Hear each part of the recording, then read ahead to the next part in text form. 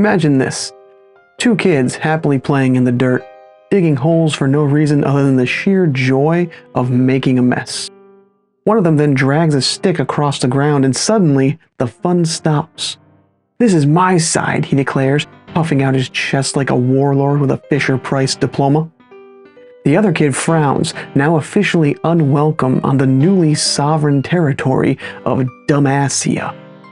If he crosses the line, there will be consequences. Stick pokes, name-calling, a full-scale tantrum. Now, imagine these kids grow up. Instead of sticks, they use bombs and rifles. Instead of tantrums, they have armies. And instead of just being a momentary childhood delusion, this nonsense becomes the very foundation of geopolitics. That's borders for you. Imaginary lines in the dirt, maintained through sheer force of delusion and violence. And let's be clear, borders were never about people. If they were, we wouldn't redraw them every few decades, conveniently shifting them like rearranging furniture in a house built on stolen land. Look no further than the Berlin Conference of 1884, when a bunch of European bureaucrats in waistcoats got together and carved up Africa without consulting a single African. It was a real estate auction with no sellers, just buyers with guns. They took out their maps, drew neat little lines over entire civilizations, and declared, "Congratulations, you're a new country now." What's that? Your people have lived here for thousands of years? Well, tough shit, we have a flag. This wasn't just a one-time heist.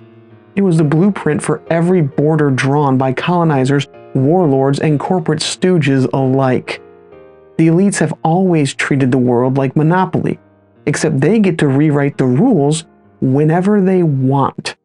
And we're the ones stuck mortgaging our lives just to pass go. The people who drew these lines never had to die for them. That job was outsourced to the poor, the desperate, and the propagandized. So, when people clutch their pearls about protecting the border, ask them which one. Because history proves that borders are about as permanent as a drunk man's promise. And when they say, "But we need borders to keep order," ask them, order for who? The people in power? Because for everyone else, borders are just one more way to keep us fighting each other instead of them. Ever tried to leave a country when you're poor? Not just for a weekend getaway, but to actually escape the grinding poverty, the corrupt governments, or the warlords funded by the same Western nations who are clutching their pearls over immigration? Turns out, freedom of movement is a luxury item. See, when the rich want to relocate, they just buy their way out. A second passport, an investor visa, a quiet offshore account. All perfectly legal. Because when you have money, borders are just mild inconveniences. But if you're poor, you better have a damn good reason to leave, a mountain of paperwork filled out in triplicate, and a bank account that says you deserve to exist somewhere else. That's the unspoken truth of modern borders. They aren't just about keeping people out, they're about keeping people in. Want to flee economic collapse? Good luck getting a visa without proving you have more money than God. Want to escape climate disaster? Too bad. Unless you're a millionaire with a bunker in New Zealand. Want to move somewhere with actual worker protections? Sorry, but capitalism has ensured you'll never make enough to qualify. Travel isn't a right. It's a privilege, reserved for those who can afford it. Immigration laws don't just separate rich countries from poor ones, they separate rich people from poor people. If you're wealthy, you can buy citizenship like you buy a yacht. But if you're broke, you better stay put and keep working for pennies so your country's elites can keep selling off resources to investors. They need you there, trapped, so you can keep the machine running.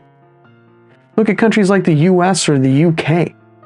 They love cheap labor, but they sure as hell don't want any of those foreign workers to become permanent residents.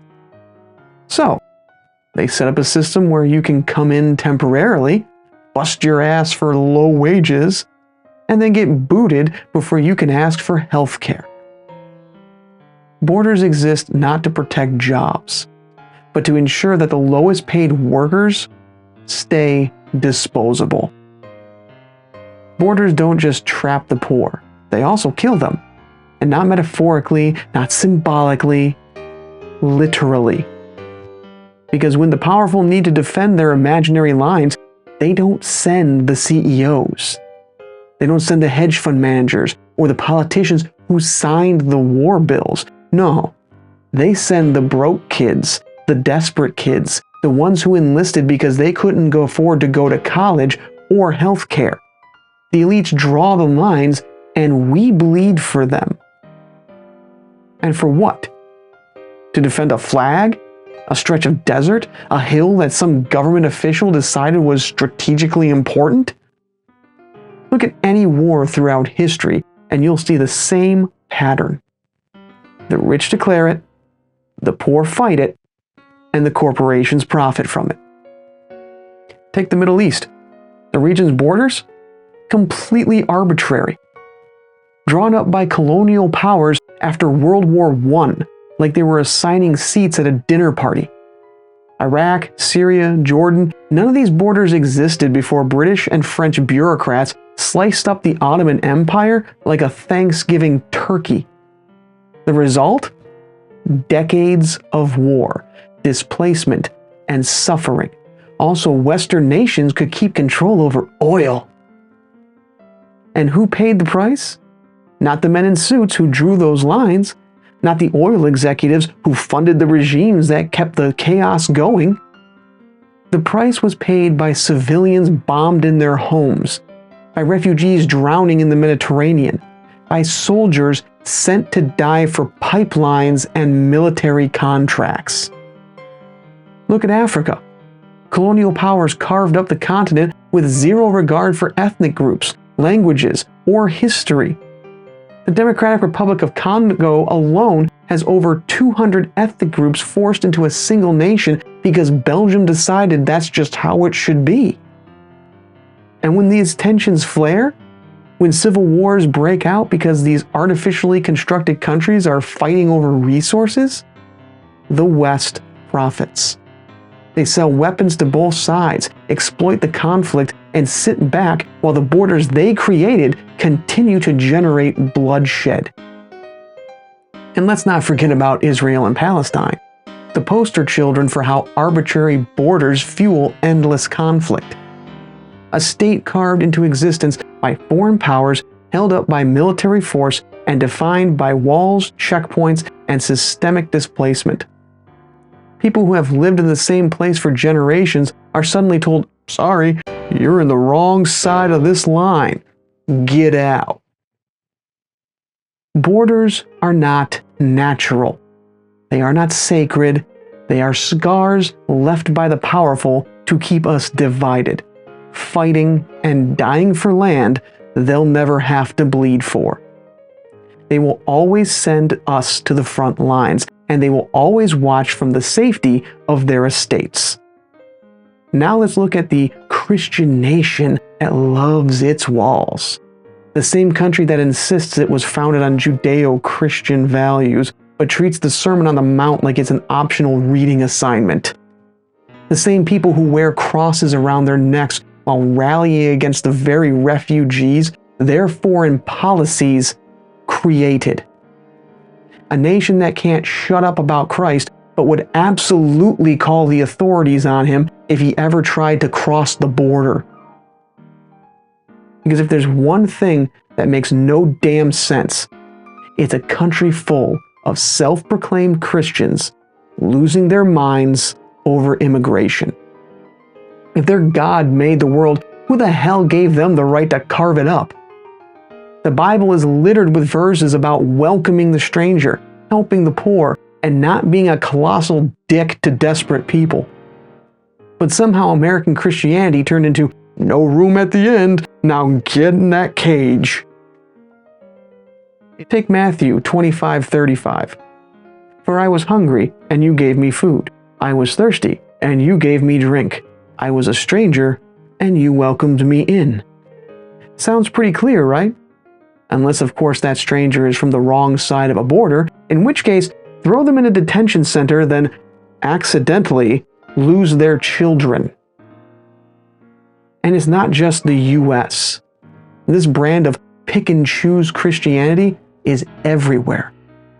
Pope Francis himself condemned mass deportations, called for humane treatment of migrants, and openly criticized nations that claim to follow Christ while treating immigrants like pests. And what did he get for his trouble? Right-wing politicians dismissing him as too woke while doubling down on border walls. Turns out even the Pope isn't conservative enough for the people who would have absolutely voted for Pontius Pilate.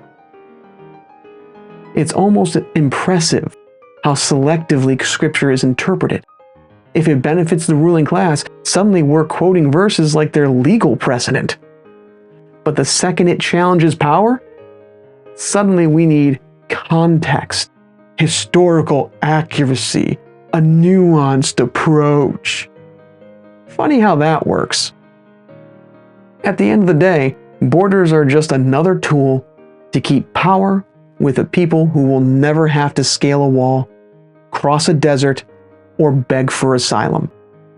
And if there is a God watching all of this, he's probably shaking his head and asking, did any of you even read the book? Imagine waking up one day and realizing none of this was real. That the borders, the flags, the nationalism, the wars, it was all just a long con, an elaborate game played by the powerful while we spent generations bleeding over imaginary lines. That we've been pledging allegiance to a fiction, one designed to keep us separated, suspicious, and too distracted to notice that the real enemy wasn't on the other side of a fence. It was the person who built the fence in the first place. Because what is a border really? Just a control mechanism. A leash designed to keep people in their place, convinced they owe loyalty to some ruling class that would step over their starving bodies to reach a campaign donor. But take it away, and what are we left with? A world that actually belongs to the people who live in it. A world where movement isn't a crime, where opportunity isn't dictated by the coordinates of your birth, and where human suffering isn't a business model. Sounds radical, right? That's how deeply we've been programmed to believe in ownership of the earth. But here's a secret. The planet isn't a fucking theme park. There is no VIP section. No one owns it. Not the corporations, not the billionaires, not the politicians waving their flags like sacred relics. The Earth is 4.5 billion years old, and we've had capitalism and borders for what? A couple of centuries? Yet somehow we're convinced that this is just the way things have to be. So what do? We start tearing down the mental walls first.